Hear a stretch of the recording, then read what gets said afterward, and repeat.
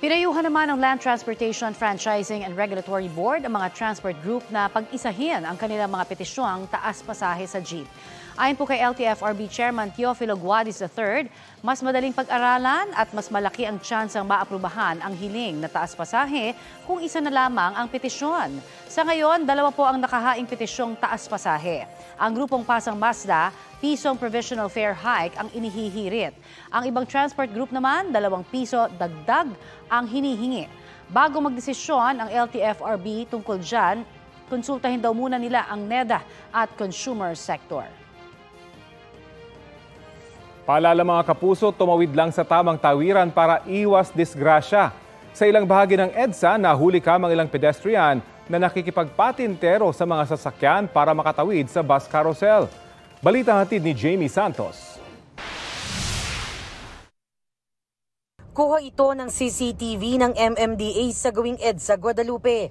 Ang pedestrian na ito, sige lang sa pagtawid. Kahit wala naman sa tamang tawiran. Tumigil siya saglit sa gitna. Naghihintay ng tamang tiyempo para hindi masagasaan. Saka sumampa sa concrete barriers papunta sa EDSA Carousel. Ito pang isang pedestrian sa Ortigas naman. Mabilis na naglalakad patawid ng EDSA papunta sa carousel.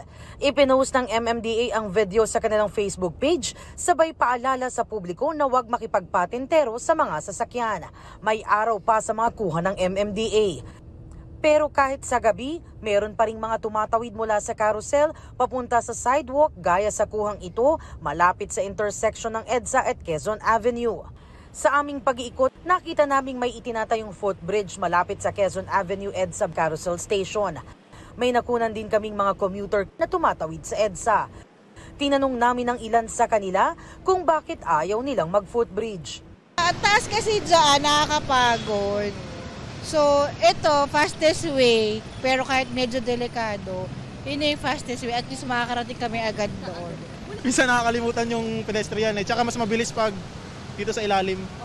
Ang mga mahuhuling mag-jaywalk bukod sa masisita, may karampatang parusa. Bawat lungsod, may kanya-kanyang ordinansa kaugnay sa jaywalking o pagtawid sa maling tawiran. Sa Quezon City, halimbawa, sa mga first offense na may fines po ng 500 pesos and for 3 hours community service. Then sa second offense naman is 1,000, sa third offense 1,500 with or 3 hours community service. Ayon sa MMDA, madalas itong mangyari sa EDSA kapag tapos na ang duty ng kanilang mga enforcers sa gabi. Ang duty po ng ating mga enforcers ay up to 10 p.m. lamang. Pag naman po yan ay nakita ng ating enforcers during time ng duty, ay sila po ay hinuhuli at tinitikitan. Gayunpaman, patuloy daw nila itong binabantayan gamit ang CCTV cameras. Patuloy raw ang tulungan ng MMDA at Department of Transportation na siyang nangangasiwa sa EDSA Carousel para sa pagtitiyak ng kaligtasan ng mga commuter. May mga ongoing po tayo na mga manlith na ginagawa sa kasalukuyan. I think 6 yung ongoing. Iyan po ay pinondohan ng DOTR. Jamie Santos, nagbabalita para sa GMA Integrated News. Bukod po sa bus carousel, MRT ang isa pang pangunahing transportasyon sa EDSA.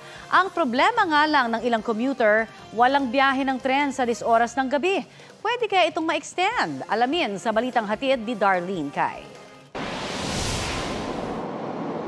Mula Makati City, araw-araw sumasakay si Nisi ng MRT papasok sa trabaho niya sa isang BPO company sa Quezon City. Dahil alas 3 na ng madaling araw natatapos ang shift niya, bus na ang sinasakyan niya pa uwi. Sa ngayon kasi, alas 4:30 ng madaling araw hanggang pasado alas 10 ng gabi ang regular operating hours ng MRT. Mas maganda po, accessible siya 24 hours. Mas makakatulong po yun sa akin kasi at least hindi na po ako aakyat o bababa. At saka mabilis na kasi malapit lang po sa akin. Ganyan din ang hiling ni Angelica na madaling araw ang pasok, kaya hindi niya na rin inaabutang magbukas ang MRT. Better kung 24 hours din siya. Magbe-benefit po siya lalo na kapag working ka, kasi may mga working na 24 hours din yung trabaho mo. So mas nakakatulong siya lalo na pag mahal na may bilihin. Mas mura kasi yung MRT. Hindi na yan bagong sentimiento. Marami ng pasahero ang dati pa ay humihiling na sana i-extend ng operasyon ng MRT. Sagot naman ng Department of Transportation, hindi kaya. Mayroon kasing maintenance activities na kailangan gawin araw-araw. Yung mga train natin, ini-ensure natin from the tracks through the signaling and then the power, lahat po yan chine-check natin para reliable ang ating train operations at saka yung safety na ensure natin na wala tayong aberya. Nandito ako sa MRT 3 Depot sa North Avenue, Quezon City. Pagkatapos ng operating hours, dito dinadala yung lahat ng tren ng MRT 3 para inspeksyonin, linisin, kumpunihin kung meron mang sira. Lahat ng mga paghahanda na kailangan gawin para sa isa na namang panibagong araw ng operations. Pagkatapos ng operating hours ng MRT o yung tinatawag na revenue service, ini-inspeksyon ng loob at labas ng bawat bagon. Isa-isa rin niyang nililinisan at dinidisinfect. Kung may sira, kukumpunihin. Pag ma-delay po ng konti yung isa, apektado po yung iba. So kailangan po natin na as per time schedule, masunod natin. Para sa susunod na araw, yung ating operation, hindi rin maantala. Hindi pa raw kaya ng Pilipinas ang 24 oras na operasyon ng mga tren tulad sa ibang bansa. May limitasyon pa raw kasi tayo sa infrastruktura. Sa kanila, maraming linya pwedeng yung isang linya, papatayin mo muna for maintenance at dadaan siya sa kabila. Tayo po, iisa lang po ang linya natin. Ayon pa sa pamunuan ng MRT, nakaplano na ang mga susunod na hakbang para mas komportable ang pagbiyahe ng commuters. Sa ngayon, 3 bagon ang tumatakbo kada train set. Layon daw pahabain ng tren sa pamamagitan ng pagdadagdag ng ika-4 na bagon para mas marami ang makasakay. Darlene Kai, nagbabalita para sa GMA Integrated News.